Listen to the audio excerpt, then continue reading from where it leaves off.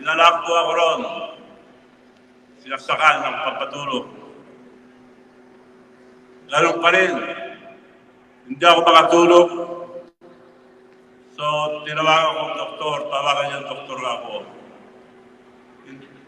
Hindi pa rin ako makatulog ako. Pumunta ang mga doktor. Nagkomplikasyon daw ang mga binibigay na gamot sa akin at yung pampatulog na binigay sa akin katawan. So, hinto muna, sabi nila, tinanggal lahat ng mga nilagay. Pwede bang sa kwarto muna ako magkantay ka ako dahil pang 5 araw na. May naalala ko, dahil tuwing linggo po, may Bible study sa bahay. At nagbabasa rin ako ng Biblia. Palagi kong nakikita, kung humingi ka, ay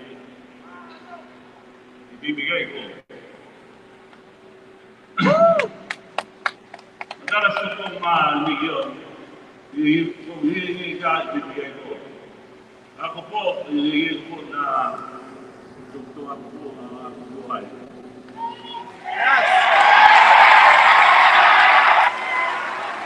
Hindi po, mahal. Nakatulog po ako sa ikalimang araw.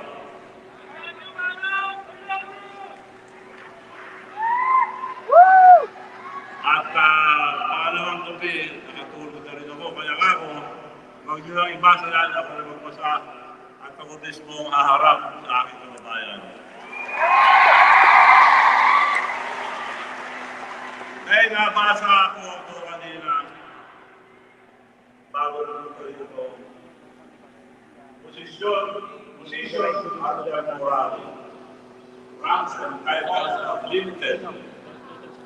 But the way you treat people will be remembered, will always be remembered. Itong dalawang ito ang pinaka-importante na asset ang ating buhay.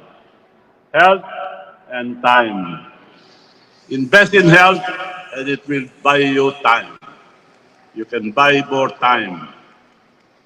So mga kaibigan, mahalaga ang maayos ang aking kalusugan para magpatuloy ako sa pagtulong at magbigay ng saya sa inyong lahat. Kaya matapos ang mahabang pag-isip, ang desisyon ko po, hindi na po ako tutuloy sa aking kandidatura sa Senado. Hindi po biro ang pangkampanya, lalo na ang trabaho ng isang senador kung talaga magtatrabaho. At ayaw ko po ipilit kung aking kalusugan ang maaaring magdusa. Sa totoo lang, tumakas lang ako sa ospital dahil ayaw nila akong palabasin. Nagamot nila yung pneumonia, pero kailangan ko raw mahabang panahon ng pahinga. Ngunit gusto ko po kayong makausap na personal. Gusto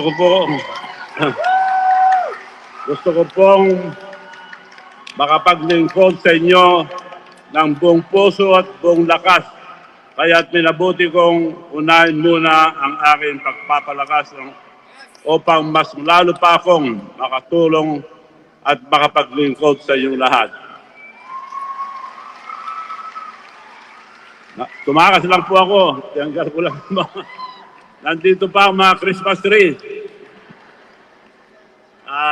Lalagyan ng gamot. At kung ano-ano saksak pa rin. Tumakas lang ako sa ospital. Babalik din ako kagad. Kaya po humingi po ako ng paumanhin sa mga nagbigay ng kanilang oras, lakas at suporta para sa kampanyang ito. Tayo po ay isa sa mga pinakamataas na inakyat ng mga survey sa isang malaking talon.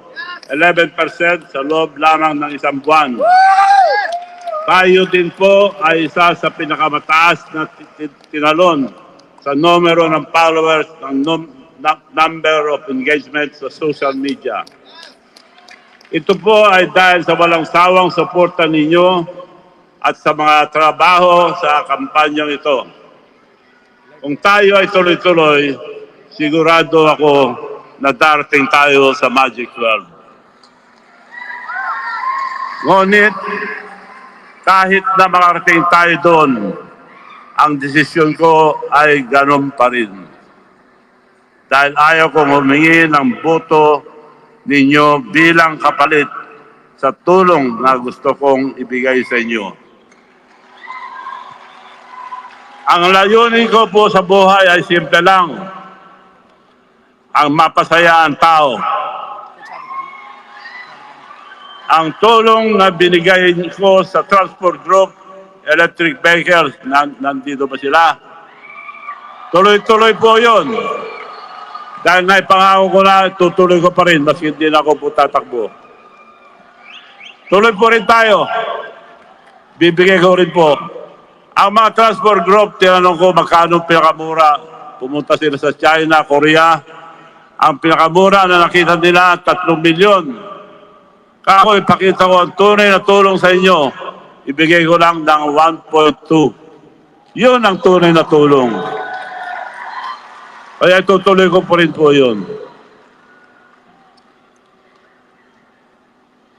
Ang tulong na binigay ko dito sa V-Bank para magkaroon ng bank account para sa masa ay tuloy-tuloy po. Dapat po ito, negosyo, lahat po ng nagpapadala ng pera, ang daming kinikita. Pero ito po, binigay namin sa tao para makatulong sa maliliit na negosyante, lalong-lalo na sa mga overseas workers. Kumuha lang ng, ang mga nasa ibang bansa, kumuha lang ng Philippine number, makapagbukas na agad ng B-Bank. B-Bank to B-Bank, walang bayad, tinanggal ko po ang service fee para sa ating kababayan.